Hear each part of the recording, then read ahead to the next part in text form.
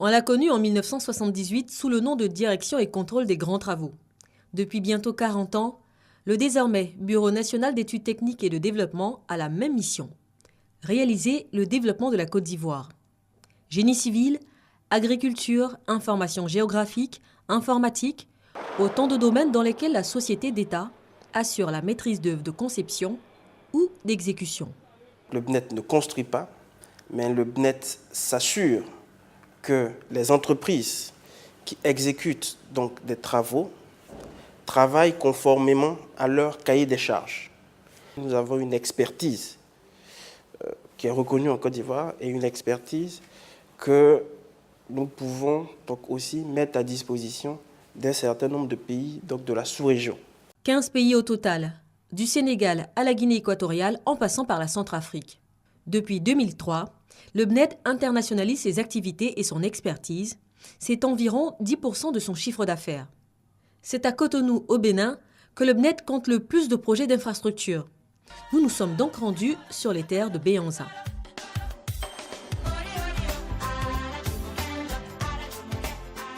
Avec ses 800 000 habitants, Cotonou, comme toutes les grandes villes africaines, voit sa population exploser au fil des années, mettant ainsi à rude épreuve les infrastructures de base qu'il faut sans cesse maintenir et déployer. La route en fait partie. Le BNET a supervisé la construction de près de 175 km de route dans le pays. Nous sommes ici à Ouiho, où on a un passage dénivelé, communément appelé par la population échangeur de Ouiho. C'est le premier chantier qu'a réalisé le BNET en suivi et contrôle de travaux. Le BNET voulait marquer sa présence au Bénin pour montrer qu'en dehors des grands bureaux européens qui conduisaient les grands travaux, qu'on avait la capacité aussi en Afrique de conduire de grands travaux. Face à la concurrence, le BNET aligne 40 ans d'expérience et une palette de 600 experts. Nous avons la chance d'avoir un certain nombre donc, de collaborateurs qui travaillent donc, au BNET depuis longtemps sur ces questions. Ce sont des ingénieurs, donc des formations donc, dans les meilleures écoles donc, en Côte d'Ivoire et dans le monde.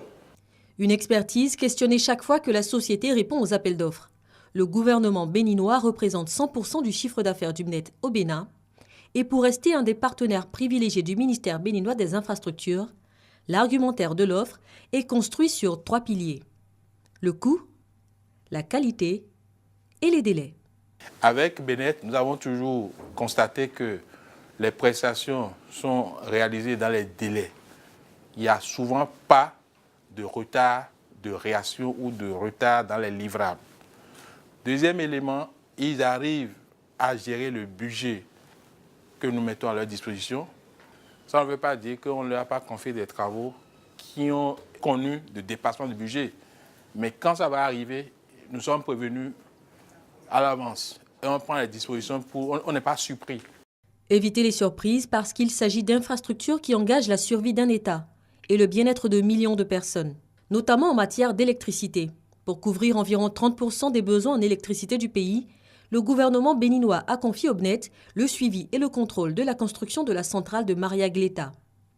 Actuellement à l'arrêt, c'est la deuxième du pays.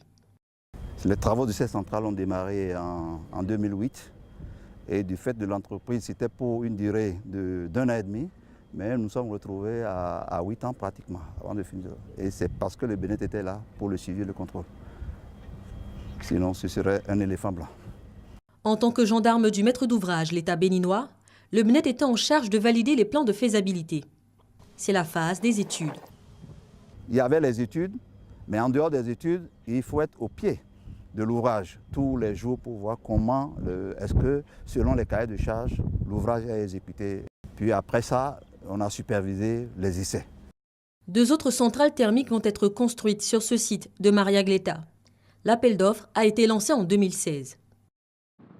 Notre tournée nous conduit à 400 km de Cotonou, sur un autre chantier. Fierté du BNET au Bénin, fierté de la Côte d'Ivoire à l'international. L'aéroport de Tourou à Parakou. 3300 mètres de piste d'envol, 22 500 mètres carrés d'aire de stationnement construits pour accueillir tout type d'aéronefs. Chaussée aéronautique, bâtiments, installation des équipements, le BNET, sélectionné pour le suivi et le contrôle, a dû regarder au moindre détail. Surtout, ceux liés au respect des normes. Juste après l'exécution, avant que l'aéroport n'entre en exploitation, il faut passer à la certification. Et au cours de la certification, les experts vont vérifier si tous les paramètres et toutes les recommandations, toutes les normes techniques sont respectées. Et si c'était le cas, s'il n'y a pas un suivi permanent, on l'aurait constaté et l'aéroport ne va pas obtenir cette certification. Pendant que l'aéroport de Touro à Parakou s'apprête à accueillir ses premiers avions, l'avenir du BNET à l'international se construit chaque jour depuis Abidjan. La vision, demeurer pour la Côte d'Ivoire et pour l'Afrique, le partenaire privilégié du développement, le pôle d'expertise à la pointe de l'art.